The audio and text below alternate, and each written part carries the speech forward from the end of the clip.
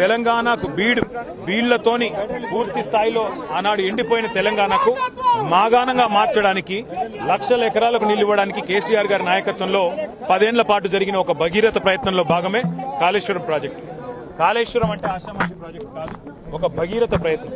తెలంగాణలో కేవలం 4 ఏళ్ల కాలంలోనే మరి 45 లక్షల ఎకరాలకు నీళ్లు ఇచ్చే ఒక అద్భుతమైన ప్రాజెక్టు నిర్మాణం చేస్తే అందులో 100 అంకాలుంటే 100 కంపోనెంట్లుంటే ఒక్క బ్యారేజీలో 2 పిల్లర్లకు, అది కూడా ఈ కాంగ్రెస్ విధవులు చేసిన పని అనేది నాకు ఈ రోజు కూడా బలమైన నమ్మకం.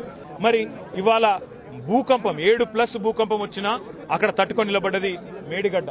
అట్లాంటి మేడిగడ్డను, అట్లాంటి కాళేశ్వరాన్ని చిల్లర రాజకీయాల కోసం రైతుల ప్రయోజనాలు పక్కకు పెట్టి, రాష్ట్ర ప్రయోజనాలు పక్కకు పెట్టి, రాజకీయ ప్రయోజనాలే ముఖ్యంగా కాంగ్రెస్ బీజేపీ ఆడుతున్న చిల్లర నాటకానికి తెరదించే రోజు ఈ రోజే కాబోతున్నది.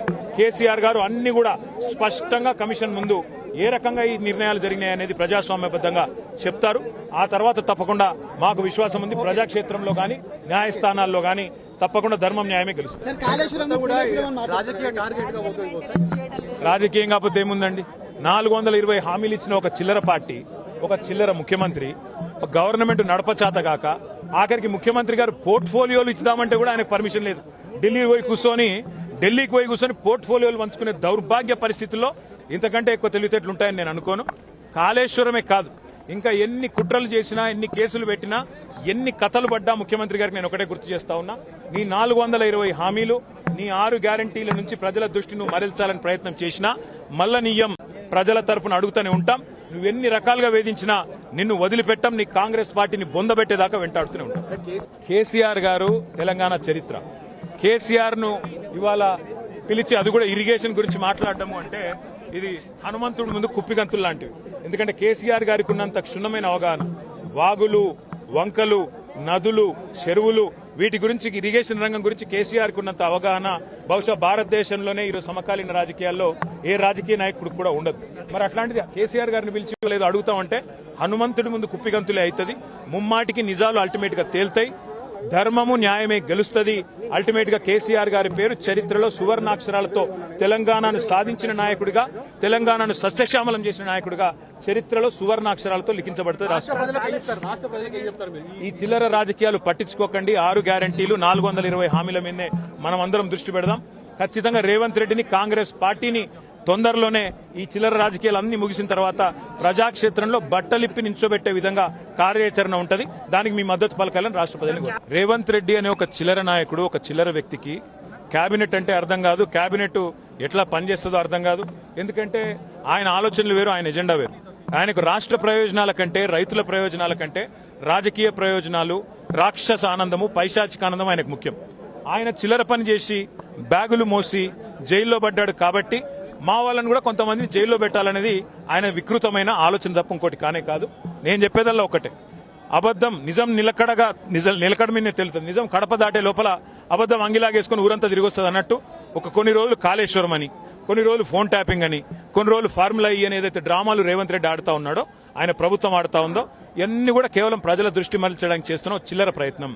420 హామీలు, 6 గ్యారంటీలు అమలు చేయలేని ముఖ్యమంత్రి, చివరికి మంత్రివర్గ విస్తరణ చేయలేని ముఖ్యమంత్రి, చివరికి మంత్రివర్గ విస్తరణ చేసిన పోర్ట్ఫోలియోలు కూడా కేటాయించుకోలేని ఒక అసమర్థ ఫెయిల్యూర్ చీఫ్ మినిస్టర్, ఆయన ఫెయిల్యూర్ ని కప్పిపుచ్చుకోవడానికి చిల్లర ప్రయత్నాలు చేస్తున్నాడు. అంతకంటే మించి చేసేదేం లేదు. కేసీఆర్ గారితో ఇరిగేషన్ గురించి మాట్లాడడం అంటే హనుమంతుడి ముందు కుప్పిగంతులాగా ఉంటుంది. ఎందుకంటే కేసీఆర్ గారికి సమకాలీన రాజకీయాల్లో భారతదేశంలో ఆయనకున్నంత క్షుణ్ణమైన అవగాహన, నదులు, వాగులు, వంకలు, చెరువులు ఏం చేయొచ్చు అనేది, ఏం చేసి చూపెట్టిందో కూడా కేసీఆర్ నాయకత్వం తెలంగాణ ప్రజల ముందే ఉంది.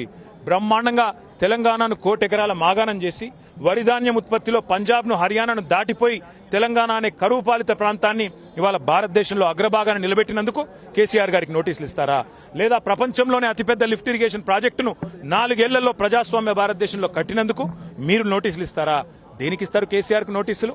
అన్ని చర్చలు కూడా ఇవాళ కమిషన్ ముందు జరుగుతాయి. ఎన్ని ప్రశ్నలు అడిగినా వాటికి సమాధానాలు సమర్థవంతంగా మేము చెప్తాము. ఇప్పటికే హరీష్ రావు గారి ప్రజెంటేషన్ తోనే కాంగ్రెస్, బీజేపీ నాయకులు ఫ్యూజులు ఎగిరిపోయినాయి. ప్రజలకు కూడా మొత్తం వాస్తవాలు అర్థమైపోయినాయి. వాడు కొత్తగా చెప్పడానికి గానీ, మరి అడగడానికి గానీ వాస్తవంగా ఏం లేదు. కానీ సాంకేతికంగా పిలవాలి కాబట్టి పిలుచుడని నేను అనుకుంటాను. రేవంత్ రెడ్డి వాళ్ళ మామ దగ్గర కూర్చుంటే మంచిది.